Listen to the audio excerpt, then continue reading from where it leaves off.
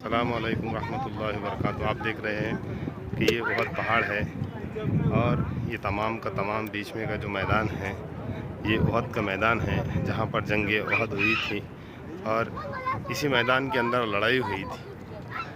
اور جس پہاڑ پر میں کھڑا ہوں یہ پہاڑ دیکھیے آپ، یہ وہ پہاڑ ہے جس کے اوپر میں کھڑا ہوں، یہ جبل ریما ہے۔ یہ پہاڑ بہت زیادہ اونچا پہاڑ تھا لیکن لوگوں نے اس کی مٹی لے جا کر اور اس کی چیز کی وجہ سے یہ بہت چھوٹا ہو چکا ہے۔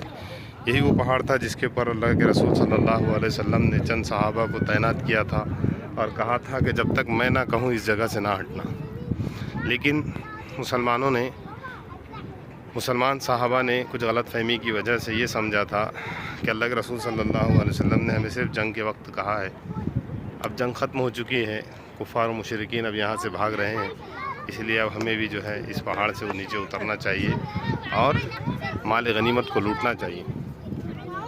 جب مسلمان جو ہے مال غنیمت کو لوٹنے میں لگ گئے تو پھر کفار و مشرکین نے دیکھا تو جو بھاگتے ہوئے کفار و مشرکین تھے وہ اس بہت پہاڑ کے پیچھے سے اس طرف سے آئے، یہاں سے آئے اور ان پر دوبارہ حملہ کر دیا، جس کی وجہ سے 70 صحابہ شہید ہوئے اور ان 70 صحابہ کی قبریں اس سامنے آپ کو قبرستان دکھ رہا ہے، یہاں پر جو ہے سب کو دفن کیا گیا ہے۔ اس میں سے سب سے خاص یہ ہے کہ سید الشہداء حضرت حمزہ رضی اللہ عنہ جو حضور پاک صلی اللہ علیہ وسلم کے چچا ہے وہ اسی قبرستان کے اندر دفن ہے، جن کا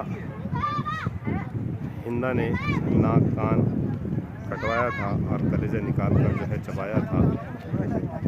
اسی لیے تمام شہداء میں سب سے زیادہ مرتبے والے حضرت حمزہ رضی اللہ عنہ ہیں۔ آپ دیکھیے اور اس علاقے کی زیارت کیجیے۔ یہ مدینہ شہر ہے جو اس وقت میں یہاں تک نہیں تھا، مدینہ صرف جو ہے مسجد نبوی کے پاس، اس کی مینارے جو ہے مسجد نبوی کی یہاں سے نظر آ رہے ہیں۔ آپ کو زوم کر کے دکھانے کی کوشش کروں گا۔ دیکھیے مسجد نبوی کی مینارے ہیں یہاں سے نظر آ رہی ہیں، بس وہیں پر ہی جو ہے مدینہ